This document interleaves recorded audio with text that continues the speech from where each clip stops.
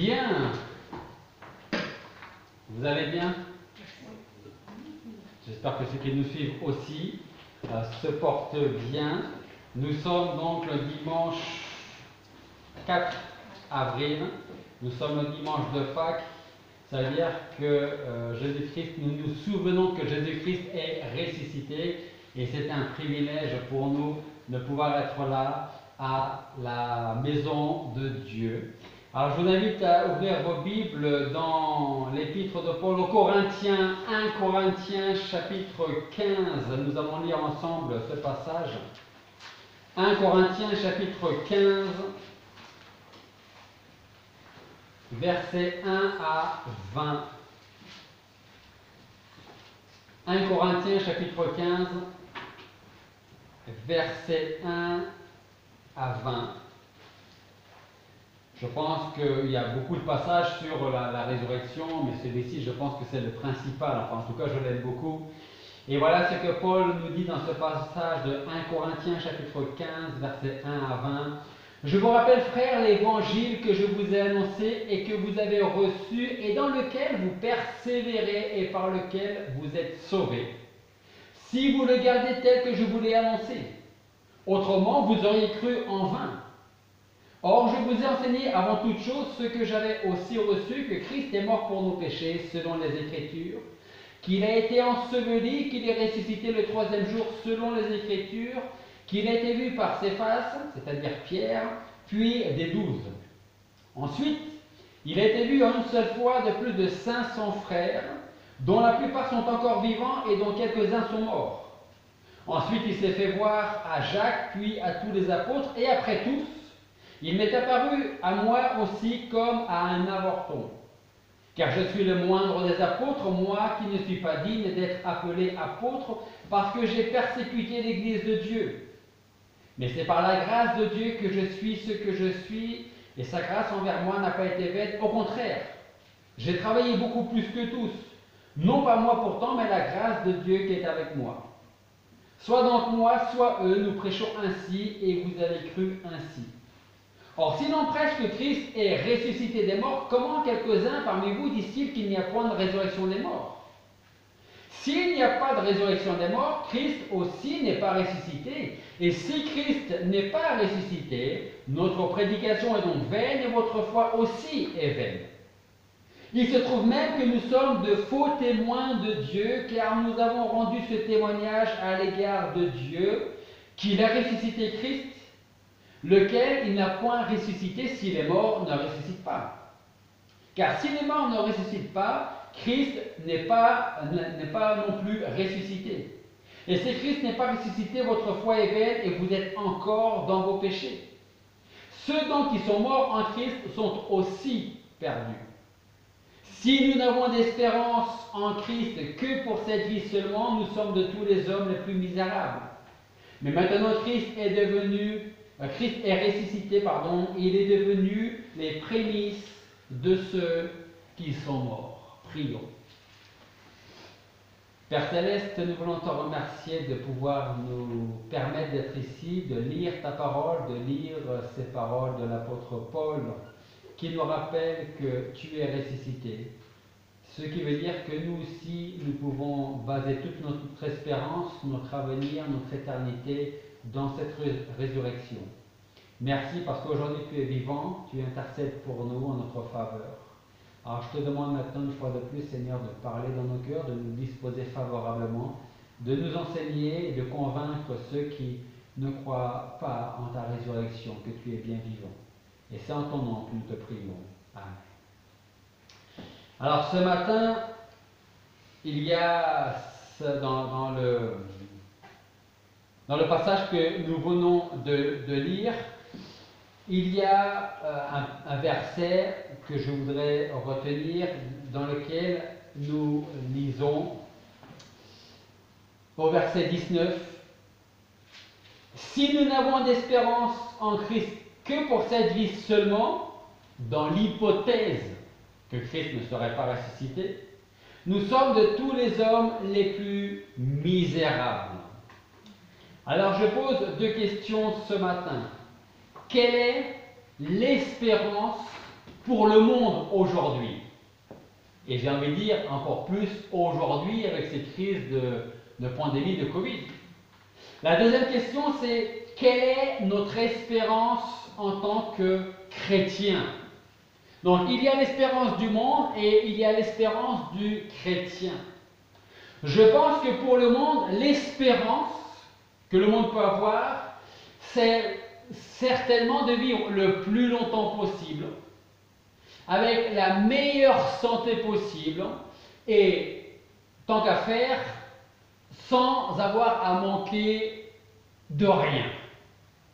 C'est ce que je pense, tout homme, ça peut être légitime, hein? Si on doit vivre cette vie ici-bas, autant la vivre le mieux possible.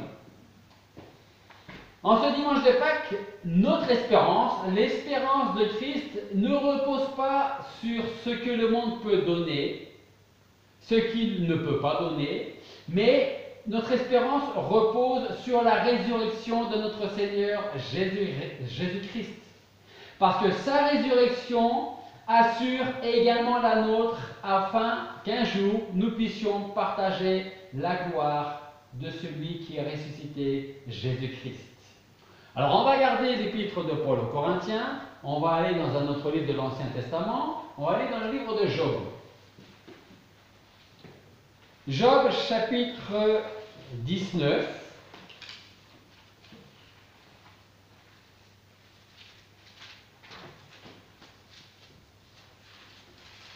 Job chapitre 19, verset 23 à 27.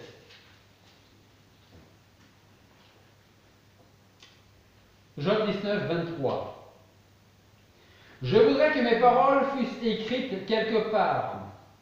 Je voudrais qu'elles fussent écrites dans un livre, qu'avec un burin de fer et avec du plomb, elles fussent gravées sur le roc pour toujours. Pour moi, je sais que mon Rédempteur est vivant, qu'à la fin il se lèvera sur la terre et qu'après cette peau qui se détruit et hors de ma chair, je verrai Dieu. Moi, je le verrai.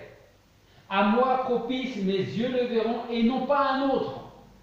Mes reins se consument en mon sein. Il y a 4000 ans, sous un soleil brûlant, pas très loin d'une maison qui était, j'ai envie de dire, certainement un palais à l'époque, qui est devenu presque une maison en ruine, parce que Job a tout perdu, littéralement tout perdu, ses enfants, son bétail, tous ses biens, il restait Job et sa femme. Il a absolument tout perdu. Job est là, malade. Vous avez l'avantage, c'est que Dieu voulant, la semaine prochaine, on va commencer à étudier certainement le livre de Job. Et alors qu'il a tout perdu, il est malade. On l'entend dire, je voudrais que mes paroles fussent écrites quelque part, je voudrais qu'elles fussent écrites dans un livre, qu'avec un burin de fer, avec du plomb, elles fussent gravées sur le roc pour toujours. Je pose une question, si nous avions été à la place de Job, possédant toutes les richesses, une grande famille avec des enfants, une femme, du bétail, beaucoup de bétail, et vous perdez tout, à ce moment-là, et vous êtes en plus malade, si vous pouviez écrire quelque chose à ce moment précis de votre vie, qu'auriez-vous écrit? J'ai plus, ou j'ai profité, je ne profiterai plus, ou j'aimerais déjà quitter cette vie puisque j'ai tout perdu. Qu'est-ce qu'on écrirait? Après avoir connu le bonheur d'avoir une grande famille, tant de biens, de richesses, une gloire que peu d'hommes ici-bas ont connue, il a tout perdu. Job, lui, voulait graver 7 paroles, 7, le chiffre 7, sur le roc. Ces paroles, ce sont celles-ci.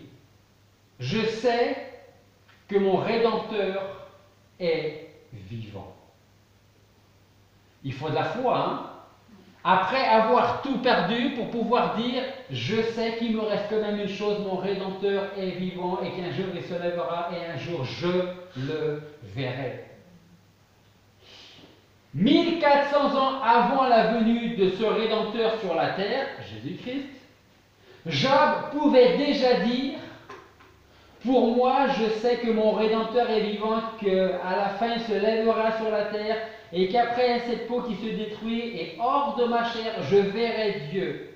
Moi, je le verrai à moi propice, mes yeux le verront et pas un autre. Job aurait pu dire exactement les mêmes paroles que Paul quand il dit au jeune Timothée en 2 Timothée 1,12. Paul s'adresse au jeune Timothée et en 2 Timothée 1,12, Paul, voilà ce qu'il dit à Timothée. Il dit, c'est aussi pour cette cause que je souffre ces choses, mais je n'ai pas honte. Car je sais en qui j'ai cru, et je suis persuadé qu'il est puissant pour garder mon dépôt jusqu'à ce jour. Jusqu'au jour où il va venir me chercher. Jusqu'au jour où je serai avec lui pour l'éternité. Il y a des choses à vivre ici-bas. Mais tout comme l'apôtre Paul, tout comme Job, nous aussi nous pouvons dire « Je sais en qui j'ai cru ». Nous pouvons dire « Je sais aujourd'hui en qui je crois ». Je crois en celui qui est ressuscité et qui prend soin de moi jour après jour jusqu'à ce que je me retrouve avec lui. Les paroles de Job sont notre espérance. Il dit, je sais, oui, je sais que mon Rédempteur est vivant. Et je sais qu'un jour je verrai Dieu de mes yeux, moi, et non pas un autre. Alors pourquoi est-ce que nous pouvons être si joyeux en la période de Pâques, comme en la période de Noël d'ailleurs? Il y en a qui aiment Noël, il y en a qui aiment Pâques, mais s'il n'y avait pas Noël, il n'y aurait pas Pâques. Hein? Et s'il y a Pâques, c'est parce qu'il y a Noël. Pourquoi donc sommes-nous si joyeux en cette période? Qu'il pleuve ou qu'il fasse beau comme aujourd'hui. Pourquoi sommes-nous présents à l'église ce matin? Parce que Christ a pris notre péché sur ses épaules quand il fut cloué sur la croix avant de mourir. Puis 3 jours après, il est ressuscité. Voilà où se trouve notre espérance. Alors, il y a peut-être des gens qui vous diront, oui mais ça, toutes ces fables-là, c'est pour ceux qui psychologiquement ne vont pas bien. C'est pour les faibles. Hein? Combien de fois on a dit que l'Église, Dieu, la Bible, c'était une béquille pour les faibles. Vous savez, je préfère m'appuyer sur une béquille qui ne cassera jamais plutôt que sur une béquille que le monde peut vous proposer parce que vous n'allez pas bien. Hein? Combien ont tenté de se débarrasser de la parole de Dieu pour faire en sorte qu'on ne retrouve plus jamais du tout de parole de Dieu dans le monde.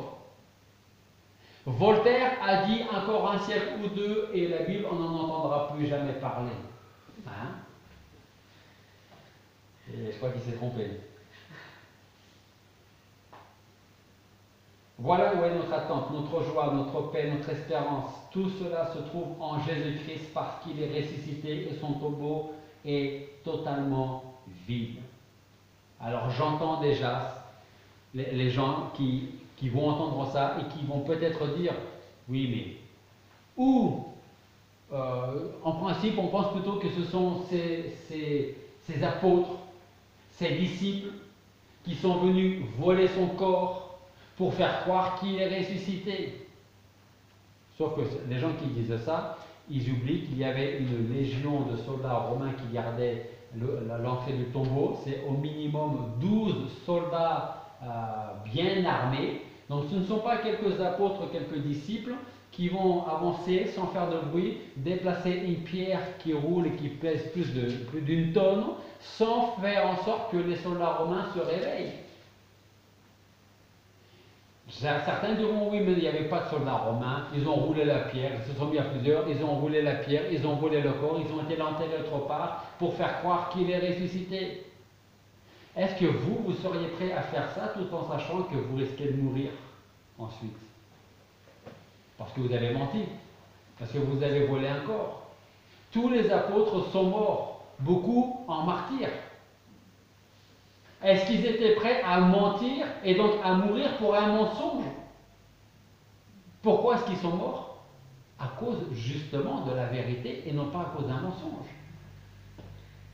Job parle de sa propre mort quand il dit « Pour moi, je sais que mon Rédempteur est vivant, qu'à la fin il se lèvera et je pourrai voir Dieu. » Puis il parle de sa propre résurrection et il dit « Moi, je le verrai à moi propice, mes yeux le verront et non un autre, mes reins se consument en mon sein. » Job, c'est quelqu'un vraiment d'extraordinaire. Il a tout, il perd tout. Et il dit « Dieu a donné, Dieu a repris. » Hein? Dieu a donné, Dieu a repris, que le nom de Dieu soit glorifié en plus. Hein? Combien on serait à lever le poing vers Dieu pour dire j'avais et j'ai plus rien. Hein? Ça, les paroles, l'attitude, la vie de Job, ce n'est pas la simple opinion d'un homme qui a tout perdu. Ce n'est pas une faible espérance d'un homme qui a perdu le sens, qui est devenu fou à cause du chagrin, à cause de la maladie. Au contraire, Job dit « Je sais que mon Rédempteur est vivant. Je sais que je verrai Dieu. » Il ne dit pas « Je pense ou j'espère que je le verrai un jour éventuellement. » Il dit « Je sais qu'un jour je verrai Dieu. » Pourquoi? Parce que mon Rédempteur est vivant. Notre foi en la résurrection du Seigneur est même bien plus qu'une espérance. C'est une profonde conviction et peu importe si les hommes la confirment ou la nient, elle n'en restera pas moins véritable. Christ est vraiment ressuscité. Ça me fait penser, alors vous voyez, j'ai même oublié son nom, il y a très longtemps. Je crois qu'on n'était même pas mariés. Donc voilà, il y a longtemps. Il y avait, je crois que c'était du côté des Alpes, par là, peut-être que vous allez m'aider, une secte avec un gourou, et dans leur sanctuaire, ils voulaient être ouverts à tout et à tout le monde. Il y avait une statue de Mahomet, il y avait une statue de Jésus, il y avait une statue de Bouddha, il y avait une statue de toutes les idoles, tous les dieux qui peuvent être adorés à travers le monde. Et il y avait sa statue à lui, beaucoup plus haut que toutes les autres statues. Et cet homme a dit, je vais mourir, parce que c'est ce qui arrive à tout le monde, mais je vais ressusciter. Le jour où il est mort, on l'a enterré, et il y en a qui sont restés auprès de sa tombe parce qu'il a dit, je vais ressusciter. C'est-à-dire qu'à un moment donné, mais ils sont partis. Parce qu'il n'est pas ressuscité.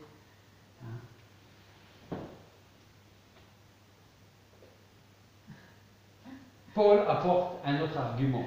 En 1 Corinthiens chapitre 15, on va retourner dans notre passage, 1 Corinthiens 15, dans les versets 16 à 20, 1 Corinthiens 15, à partir du verset 16 jusqu'au verset 20, il apporte un argument au cas, je dis bien au cas où Christ ne serait pas ressuscité. Et il dit, à partir du verset 16, « Car si les morts ne ressuscitent pas, Christ n'est pas ressuscité. Si Christ n'est pas ressuscité, alors votre foi est vaine et vous êtes encore dans vos péchés. Ceux dont ils sont morts en Christ sont aussi perdus, puisqu'ils ont placé leur assurance, leur espérance, leur salut en quelqu'un qui ne serait pas ressuscité. » Et il dit, si nous n'avons d'espérance en Christ que pour cette vie seulement, nous sommes de tous les hommes les plus misérables, les plus malheureux. Et c'est les autres qui ont raison. Et nous, on perd notre temps. En effet, si Christ n'est pas ressuscité, alors nous sommes vraiment les plus malheureux des hommes. Et en plus, nous allons annoncer une nouvelle qui est en fait une fausse nouvelle, parce que Christ ne serait pas ressuscité. Mais ce n'est pas le cas. Pourquoi? Parce que Paul dira encore, Mais maintenant, Christ est ressuscité. Il est devenu les prémices de ceux qui sont morts. Alors, encore quelques jours d'exil ici-bas. Et puis nos yeux verront la Sainte Patrie. Encore quelque temps et notre foi laissera la place à la vue. Et nous aussi, nous pouvons dire maintenant, moi je le verrai à moi propice, mes yeux le verront et non un autre. J'espère que vous aujourd'hui, c'est ce que vous pouvez dire. Et dire à vos proches, peut-être que tu n'y crois pas, mais j'espère qu'un jour Dieu te fera la grâce de croire comme moi je crois. Parce que moi je crois qu'un jour, je verrai Dieu. Un jour, je verrai celui qui est ressuscité. Alors soyons donc pleins de patience, de courage, de persévérance, et quand le découragement arrivera, parce qu'il arrivera à un moment ou à un autre, rappelons-nous que c'est nous et non pas un autre qui verront Dieu. Rappelons-nous que nous avons un Rédempteur et un Rédempteur qui est vivant. Et que pour Job lui-même, ce n'était pas une probabilité, mais c'était une certitude qui lui fit dire, il y a plus de 2000 ans, avant la venue de Jésus-Christ, je sais. Job ne savait rien du ministère que le Seigneur allait avoir près de 1500 ans plus tard. Mais il disait déjà, je sais que mon Rédempteur est vivant. Alors si Job l'a affirmé il y a des milliers d'années, avant la venue du Seigneur, nous pouvons nous aussi l'affirmer et le prêcher 2000 ans après sa première venue, que Christ est venu pour donner sa vie, qu'il a été enseveli et que la tombe n'a pas pu garder Jésus-Christ, parce que Jésus-Christ est sorti du tombeau et qu'aujourd'hui il est vivant. Prions. Père Céleste, nous voulons te remercier parce que c'est avec joie que nous pouvons nous souvenir, lire dans ta parole que Jésus-Christ, notre Seigneur et Sauveur, est ressuscité, qu'aujourd'hui il est avec toi, qu'il est vivant et qu'un jour il reviendra nous chercher, rechercher tous ceux qui lui appartiennent et chacun devra rendre compte pour sa propre vie. Nous voulons te remercier parce que tu es vivant, Seigneur, aujourd'hui. Tu conduis nos vies, tu nous diriges. Tu nous enseignes, nous voulons vraiment te remercier pour cela. Seigneur, nous te demandons maintenant, je te demande d'être avec chaque personne ici, ceux qui n'ont pas pu venir, ceux qui nous suivent à distance, Seigneur, que tu combles leur vie, que tu te dévoiles à chacune de ces personnes et que tu transformes leur vie. Et c'est en ton nom que nous te prions. Amen.